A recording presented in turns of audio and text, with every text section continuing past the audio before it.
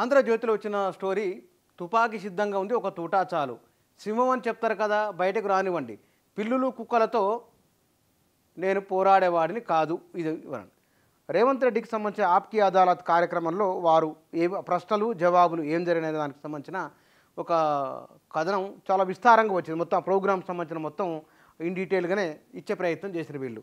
ఇక్కడ కొన్ని పాటలను చదివిన తర్వాత మాట్లాడదాం. జైలుకు పంపిన దానికి ప్రతీకారం మొదలెట్టనే లేదు. కవిత అరెస్టుపై తెలంగాణలో చర్చ కూడా లేదు. కేటీఆర్ సంతోషం 2 నెలల్లో తేలిపోతుంది. 5 సీట్లలో గెలుపునకు బీఆర్ఎస్కు బీజేపీ సుపారీ. ఈ ఎన్నికల్లో బీజేపీకి కష్టంగా 240 సీట్లు జాతీయ స్థాయిలో. 400 రావాలంటే పాక్ ఎన్నికల్లోని గెలవాలి.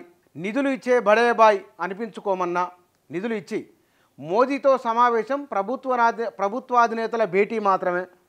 వ్యవస్థలతో పోరాడాను, సత్సంబంధాలే కోరత. అంటే వ్యవస్థలతో పోరాడను, సత్సంబంధాలే కోరత. మోదీ అదానికి దేశాన్ని చౌకగా దోచిపెట్టారు. ఆ డబ్బుల్ని తెలంగాణలో పెట్టుబడి పెట్టించా. పెట్టుబడులకు భరోసా ఇస్తా, దోపిడీ చెయ్యనివ్వా. అధికారం కోసమైతే బీజేపీలో చేరి మంత్రిని అయ్యేవాడిని.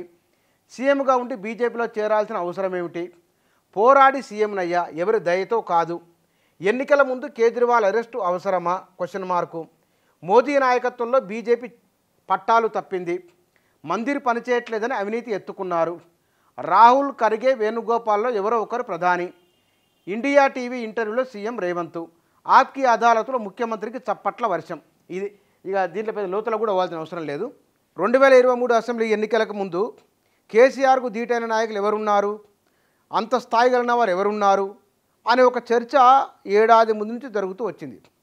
ఎన్నికలు సమీపిస్తున్న కొద్దీ ఎంతో కొంత రేవంత్ రెడ్డి ఉన్నారు కదా, గట్టిగా మాట్లాడగలుగుతున్నారు, స్ట్రాంగ్ కౌంటర్ ఇవ్వగలుగుతున్నారు అని అనుకున్నారు.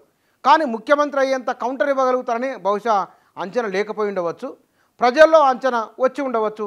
ఈ మీడియాలో ఉన్న వారికి, చదువుకున్న వారికి, మధ్యతరగతికి అంచనా లేకపోవచ్చు. కానీ రేవంత్ రెడ్డి చాలా ప్రశ్నలకు, ఈ 4 నెలల కాలంలో జరుగుతున్న చర్చలకు, ఏక్నాథ్ షిండే ఎవరు అనేదానికి, ప్రభుత్వ మనుగడకు సంబంధించింది, బీఆర్ఎస్ వ్యూహాలకు సంబంధించింది, బీజేపీ మోడీ ఏం చేయబోతున్నాడో ఇత్యాది విషయాలను ఆయన దీంతో అంటే ఏ వేదికపైన చెప్తే ఒక ముఖ్యమంత్రి ఈ ఎన్నికల సమయంలో ఢిల్లీకి వెళ్ళడం అంటే చాలా పక్కా ప్లాన్తో ఆయన వెళ్ళడం, ఆ ప్రోగ్రాం అటెండ్ కావడానికి. అట్లా వెళ్ళడము, ఆడ మాట్లాడడం అంటే తాను చెప్పదలుచుకున్న మెసేజ్ మొత్తాన్ని బలంగా జాతీయ స్థాయిలో ఎక్స్ప్రెస్ చేయడం. అది ఇక్కడ ఈయన మాట్లాడిన మాటలు బహుశా ఏఐసీసీ స్థాయిలో ఉండి కనుక ఎవరు మాట్లాడినా ఈ మేరకు ఆ పంచు డైలాగులు పేలేవి. ప్రజల చర్చ జరగడం అంతే. కేసీఆర్ మాట్లాడే వాటికి ఈయన ఉల్టా మాడితే ఈయన ఉల్టా సీదా మాట్లాడాడు కాబట్టి పబ్లిక్లోకి అట్లనే అర్థమైపోయినాయి. ఇక్కడ కూడా కేసీఆర్ భాషలో ఉండే వాడి వేడి, ఆయన నుడికారం ఎట్లయితే ఉంటుందో ఈయనకు వాడి వేడి నుడికారం లేకపోవచ్చు, కానీ ఆ సబ్జెక్టులో ఉన్న స్పాంటినిటీ, ఆ తర్వాత మాటల విరుపు, ఇమ్మీడియట్గా వేసే కౌంటరు, ఇవి రేవంత్ రెడ్డి ప్రత్యేకతలుగా ఉన్నాయి. సబ్జెక్టు పట్ల ఆయనకు విస్తృతమైన అవగాహన ఉన్నది. ఈ అవగాహన ఆయన మాట్లాడే మాటలు కూడా శాంతం పాలమూరు, ఉమ్మడి పాలమూరు యాస ఆయన మాటల్లో చాలా స్పష్టంగా కనబడుతుంది. ఈ యాస కారణంగా కేవలం మైబినార్కే పరిమితమైన ఒక భాష అయినప్పటికీ కూడా సబ్జెక్టు విషయంలో రేవంత్ రెడ్డికి తిరుగులేదు. నిరంతర అధ్యయనం ఉంటుంది, నిరంతర పరిశీలన ఉంటుంది. నిరంతరం మాట్లాడడం వలన అవతలి వారు ఏ క్వశ్చన్ వేసినా సరే తడుముకోకుండా జవాబు చెప్పడం రేవంత్ రెడ్డి ప్రత్యేకత. ఇక్కడ అందుకే అంతమంది కాంగ్రెస్లో ఉన్న తట్టుకొని నిలబడడం అనేది మామూలు విషయం కాదు. అంటే సబ్జెక్ట్ ఉన్నది, సంకల్పం ఉన్నది. ఆప్కి అదాలత్లో మీరు అదాని విషయంలోనే పెట్టుబడులు పెట్టమంటున్నారు, మోడీని విమర్శిస్తారు, ఏమిటి కథ అన్నప్పుడు దానికి అంతే సెటైరిగా సమాధానం చెప్పడం. ఆయన అదానికి ఆయన దోషిపెట్టిన కాబట్టి ఆ పెట్టుబడి ఇక్కడ పెట్టిస్తున్నా అని చెప్పడం. మీరు మరి బీజేపీలోకి వెళ్తారు కదా, అంటే ఆల్రెడీ ముఖ్యమంత్రి అయిన తర్వాత మరి దాంట్లోకి ఎందుకు వెళ్ళాలి, ఏమవసరం ఉంది అనేది. బీఆర్ఎస్ పైన మీరు ప్రతీకారం తీసుకుంటారా అన్నప్పుడు దానికి కూడా ఆయన సమాధానం చెప్పడం.